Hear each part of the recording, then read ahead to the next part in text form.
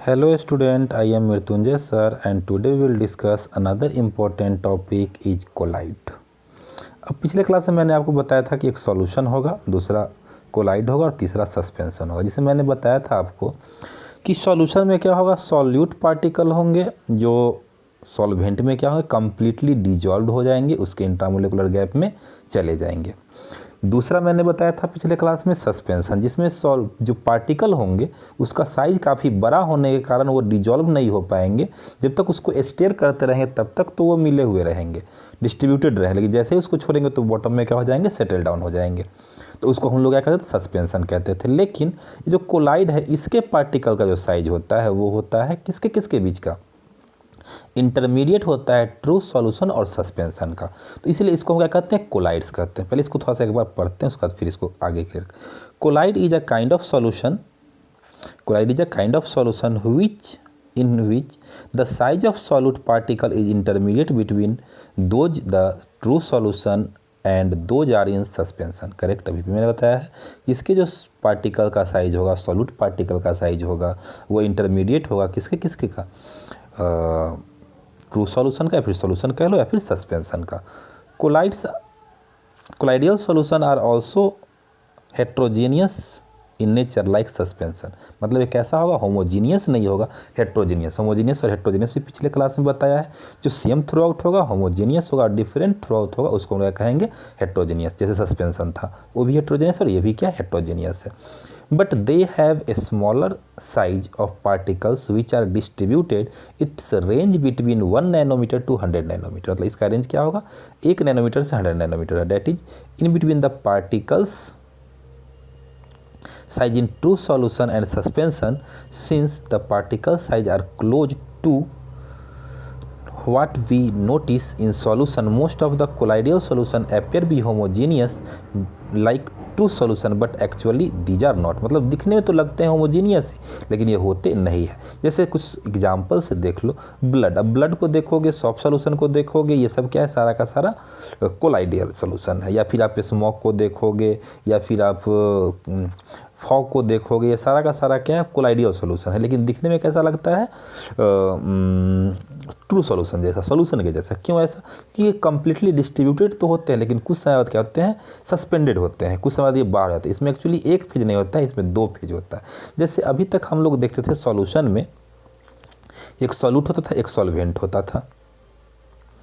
तो solute less amount में होता था और सॉल्वेंट लार्ज अमाउंट में, और सॉल्यूट पार्टिकल सॉल्वेंट के अंदर क्या होता था, चला जाता था। लेकिन यहाँ पे क्या होगा कि जो सॉल्यूट और सॉल्वेंट नहीं होगा, जो लेस अमाउंट में होगा उसको हम लोग कहेंगे, उसको हम लोग क्या कहेंगे, उसको हम लोग कहेंगे डिस्पर्स्ड फेज। और जो लार्ज अमाउंट में होगा उसको हम लोग क्या कहेंगे, डिस्पर्स्ड मीडियम। मतलब यहाँ 2 बातें हैं, एक है डिस्पर्स्ड फेज और दूसरा है डिस्पर्शन मीडियम। अब कहोगे सर ये क्या होता है, तो इसमें होगा क्या कि इसमें 2 फेज है। एक फेज को कहते हैं डिस्पर्स्ड फेज और दूसरा फेज को डिस्पर्स्ड मीडियम। मतलब एक होगा लेस अमाउंट में और एक होगा हाई अमाउंट में। जिस तरीके से सॉल्यूशन में सॉल्वेंट होता था हाई अमाउंट में और सॉल्यूट होता था लेस अमाउंट में। सॉल्वेंट के अंदर में क्या होता था, सॉल्यूट पार्टिकल। लेकिन यहाँ पे क्या होगा कि सॉल्यूट पार्टिकल जो लेस अमाउंट में होगा उसके अंदर नहीं जाएगा, ये क्या करेगा, डिस्पर्स मीडियम उसको होल्ड करके रखेगा। मतलब पार्टिकल्स को होल्ड करके रखा। जैसे तुम अगर एग्जांपल ले लो फॉग का, तो फॉग में क्या होता है, 2 चीज़ें हैं, एक एयर है। फॉग अगर लोगे, देखो जरा सा फॉग, तो फॉग कैसे बना, फॉग 2 चीज़ों से बना, एक है एयर और एक है वाटर। अब वाटर और एयर के मिलने से फॉग बनता है। वाटर के पार्टिकल्स कहाँ है, एयर में। एयर क्या कर रहा है, वाटर के पार्टिकल्स को होल्ड करके रखा है, तभी वो क्या बनाया है, फॉग बनाया है। तो फॉग को अगर देखोगे तो दिखने में तुमको कैसा लगेगा, होमोजीनियस। लेकिन ऐसा कोई ज़रूरत नहीं कि सारे जगह फॉग एक ही जैसा हो। ठंड के दिन में तुम देखे होगे कि पॉन्ड के पास फॉग ज़्यादा होता है और तुम्हारे घर के आसपास में फॉग क्या होता है, कम होता है। तो होमोजीनियस तो नहीं हुआ, सब जगह सेम अमाउंट में तो प्रेजेंट नहीं है फॉग, इसलिए दिखने में लगेगा होमोजीनियस लेकिन होगा कैसा, ये हेट्रोजीनियस। तो यहाँ पर एयर जो काम कर रहा है वो किसका कर रहा है, डिस्पर्शन मीडियम का, और वाटर जो काम कर रहा है वो किसका काम कर रहा है, डिस्पर्स्ड फेज का। मतलब डिस्पर्स्ड फेज फॉग में कौन सा होगा, ध्यान देना है, डिस्पर्स्ड फेज जो होगा वो होगा आपका वाटर, और डिस्पर्सन मीडियम जो होगा वो कौन सा होगा आपका, वो होगा आपका एयर। तो आइए पहले इससे हम लोग टाइप्स ऑफ कोलाइड पढ़ लेते, कैरेक्टरिस्टिक्स क्या करेंगे बाद में देखेंगे। तो आइए ज़रा सा देखते हैं, ये सारा कुछ बाद में क्लियर करेंगे, इफेक्ट वगैरह सारा कुछ, प्रॉपर्टीज वगैरह। पहले टाइप्स ऑफ कोलाइड पे आते हैं। तो कोलाइड का एक टाइप्स है, क्लासिफिकेशन है, जैसे सॉल हो गया, ये सारा कोई पूछ रहा है what is sol, what is solid sol, aerosol, emulsion, foam, solid foam, gel, aerosol, solid sol, sol. तो इसके बारे में हम लोग देखते हैं। जैसे देखो बाबू, यहाँ पर आ जाओ, लिस्ट है, मैंने अभी तुरंत बताया कि इसमें 2 फेज होगा, डिस्पर्स्ड मीडियम और डिस्पर्स्ड फेज। अगर सॉलिड ही डिस्पर्स्ड फेज है और सॉलिड ही डिस्पर्स्ड मीडियम है, डिस्पर्सन मीडियम है, तो उसको हम लोग क्या कहेंगे, सॉलिड सॉल। लेकिन डिस्पर्सन मीडियम अगर लिक्विड है और अगर डिस्पर्स्ड फेज सॉलिड है तो उसको हम लोग क्या कहेंगे, सॉल।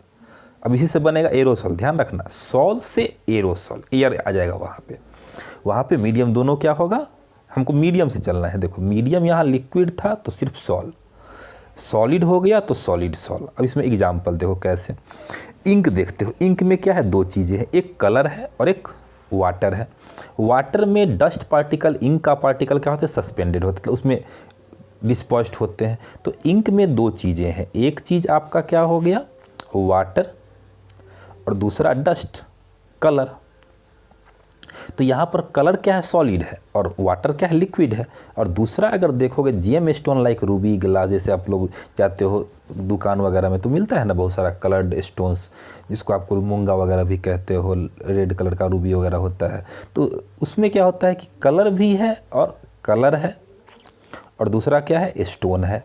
तो स्टोन में कलर क्या है, इंटरमिक्स हो चुका है, डिस्पर्स्ड हो चुका है। तो यहाँ पे डिस्पर्स्ड मीडियम भी सॉलिड है और डिस्पर्स्ड फेज भी क्या है, सॉलिड है। तो इसको हम लोग क्या कहेंगे, सॉलिड सॉल।